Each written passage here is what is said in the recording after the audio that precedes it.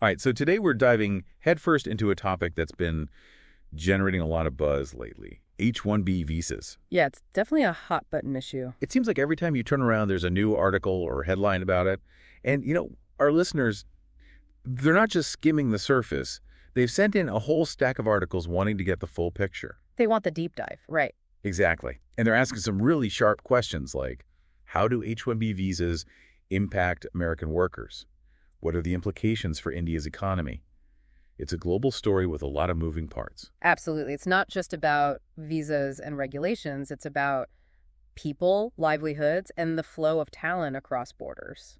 And one thing that's really struck me is the passion on both sides of the argument. Oh, yeah. You see strong opinions from all angles. So in this deep dive, we're going to unpack those arguments, look at the facts, and hopefully leave you with some food for thought. I think what's particularly fascinating is how viewpoints have shifted even within a single administration. Oh, you mean like how the Trump team initially imposed those restrictions back in 2020? Right. And now there's talk about strengthening and reforming the H-1B system. So it's not a simple for or against situation. It's much more nuanced than that.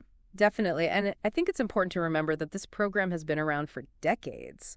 The H-1B visa was created back in 1990. Really? So it's not some newfangled thing? Nope. The idea was to help U.S. companies attract those skilled foreign workers, for specific roles where they couldn't find enough American talent. So we're talking like scientists, engineers, computer programmers, that sort of thing. Exactly, those highly specialized fields.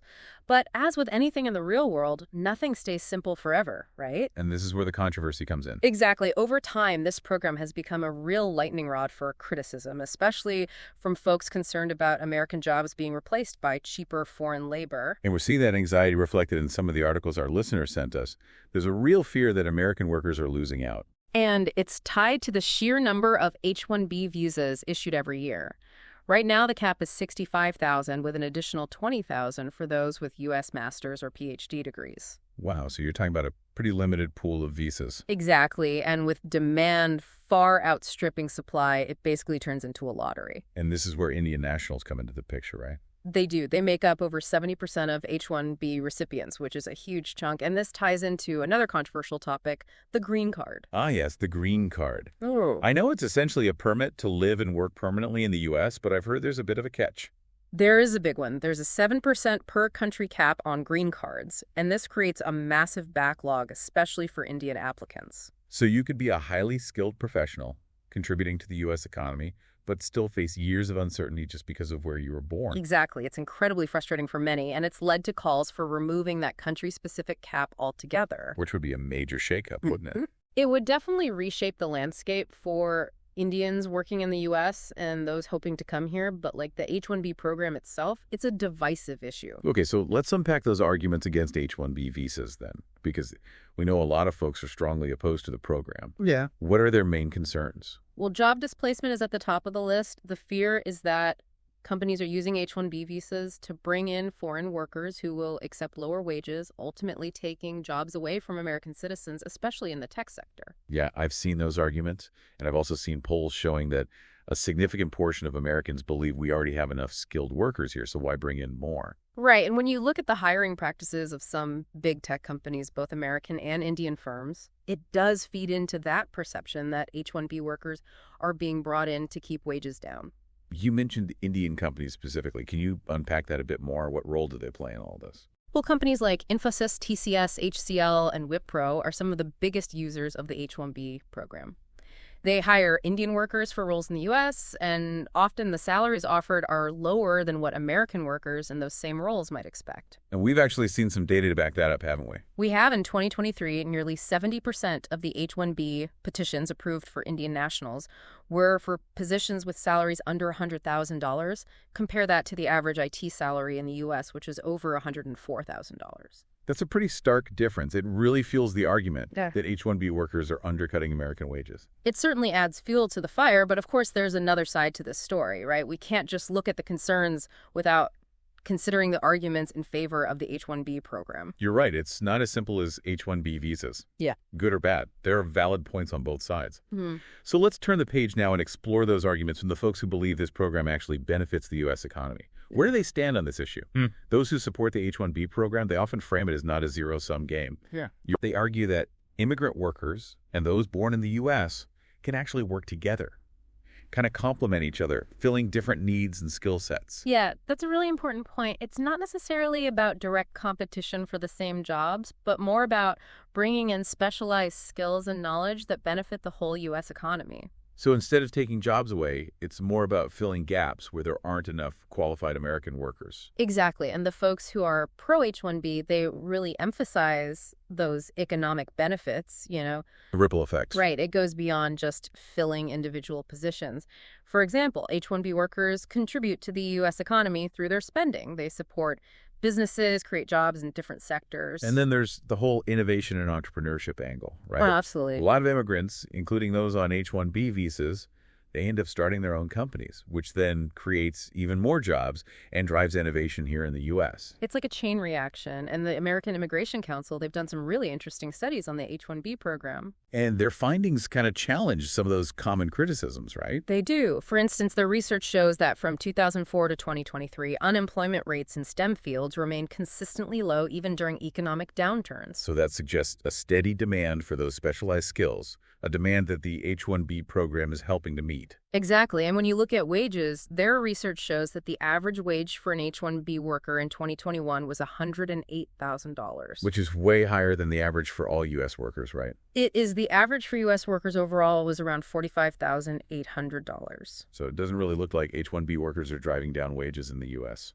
In fact, their study found that H-1B wages actually grew faster than average U.S. wages between 2003 and 2021. Huh. So employers are willing to pay a premium for those skills. Seems like it, and it's important to remember those H-1B visa holders have played a vital role in some really critical sectors, especially during the COVID-19 pandemic. Oh, yeah. Think about all those scientists and researchers working on vaccines and treatments. Many of them were here on H-1B visas. And a good number of frontline healthcare workers during the pandemic were H-1B visa holders, too. Right. Their contributions were absolutely crucial. So sounds like this H-1B debate is far from black and white.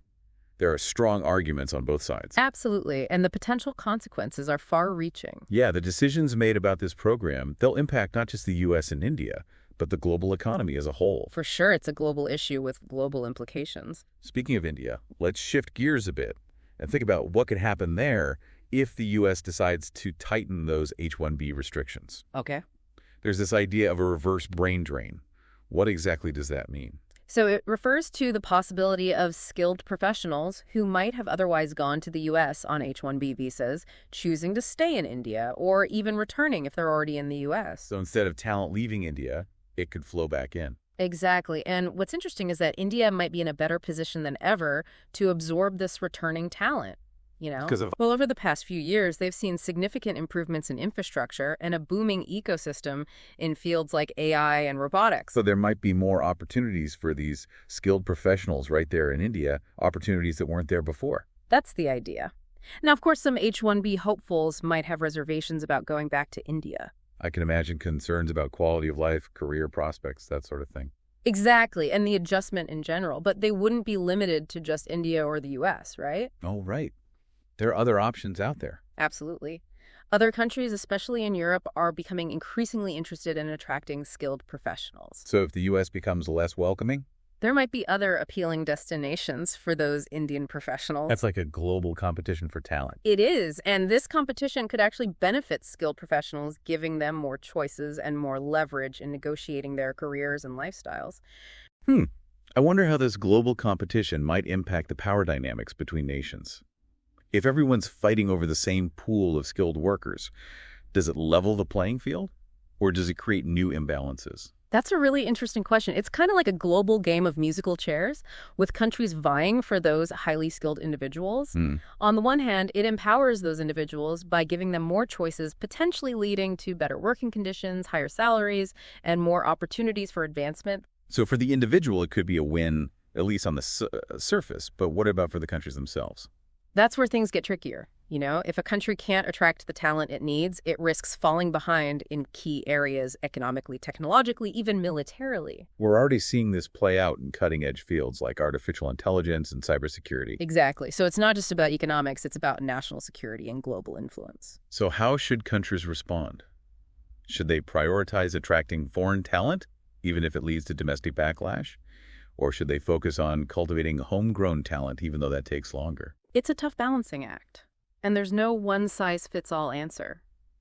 Each country has its own unique circumstances, its own strengths and weaknesses. It's a complex equation with a lot of moving parts. For sure. But before we wrap things up, I'm curious about those European countries you mentioned. Okay. What makes them stand out as alternatives to the U.S.? Well, many European countries offer strong social safety nets, excellent healthcare systems, and a high overall quality of life. So for folks looking for a more balanced lifestyle with more emphasis on work-life balance, those countries might have a real appeal. Definitely. And some European countries are actively promoting themselves as welcoming destinations for skilled immigrants. They're rolling out the welcome mat. They are. They recognize the value that these individuals bring to their economies, and they're making a real effort to attract them. It sounds like the global landscape for talent is becoming more and more dynamic. What does this mean for the average person trying to make sense of all this and make decisions about their own career path? I think the key takeaway is that individuals need to be aware of these shifting dynamics and do their research, Keep your finger on the pulse. Exactly. Stay informed about immigration policies, global job markets, emerging opportunities. It's crucial. Be proactive, adaptable, informed. That's it. And it's not just about individual choices. It's also about those broader policy decisions that governments make. What kind of policy considerations come into play when governments are trying to navigate this global talent landscape? Well, they need to strike a balance between attracting global talent to boost their economies and safeguarding the interests of their own citizens. It's a tightrope walk. It's a delicate balancing act that requires a nuanced understanding of the long-term impacts of these policies, not just the short-term gains or losses. This has been an incredibly insightful conversation. Thank you for helping us dive deep into this complex issue. It's been my pleasure. We've covered a lot of ground today, and I know our listeners have a lot to think about. It's a fascinating topic. I encourage everyone to keep exploring and learning about these global trends. It's amazing to think about how interconnected everything really is. Like we started talking about visas, and now we're discussing the future of work, globalization, national security. It really highlights how these issues are all intertwined. Yeah, it's a perfect example of how those deep dive conversations can lead to some pretty unexpected connections. Absolutely. And speaking of connections, you mentioned earlier that this whole H-1B debate is just one piece of a much larger puzzle. Can you expand on that a bit? What are some of those other pieces? Well, we've already touched on a few of them. Globalization, the future of work, the increasing mobility of talent. These are all interconnected trends that are reshaping the world as we know it. It's like venturing into uncharted territory, both exciting and a little bit daunting. Exactly. We're in a period of rapid change and uncertainty, and it's forcing us to rethink some fundamental assumptions. So where do we go from here? What are some of the big questions we should be asking as we navigate this new landscape? One question we should be asking is, how do we prepare our workforces for the jobs of the future? Jobs that might not even exist yet. That's a good point, especially with automation and AI. Those have the potential to really disrupt entire industries. They do, and it makes you wonder if our current education systems are equipped to handle this kind of rapid evolution. Are we teaching the right skills? Are we fostering adaptability and critical thinking? Right. Are we preparing students for a world that's constantly changing? And another crucial question is, how do we ensure that the benefits of globalization are distributed more fairly?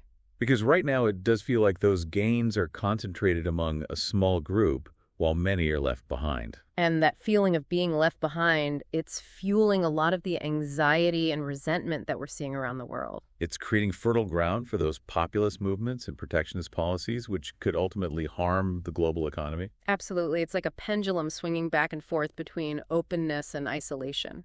And it's hard to say where that pendulum will land. It is, but one thing's for sure, the choices we make today will have a significant impact on the world of tomorrow. Those are some weighty issues to think about. But that's what the deep dive is all about, right? Yeah. Getting people to think critically and engage with these complex topics. Exactly. It's not about providing all the answers, but sparking curiosity, encouraging thoughtful debate, and inspiring people to learn more. Before we wrap up, is there one final thought you'd like to leave our listeners with, something to keep in mind as they navigate this ever-changing world? I think the most important thing is to stay curious, stay informed, and stay engaged. The world is full of complexities and challenges, but also possibilities. By embracing that spirit of inquiry and critical thinking, we can navigate these turbulent times and work towards a brighter future. Absolutely. Well said. And on that note, we've reached the end of our deep dive into the world of H-1B visas and the global talent landscape.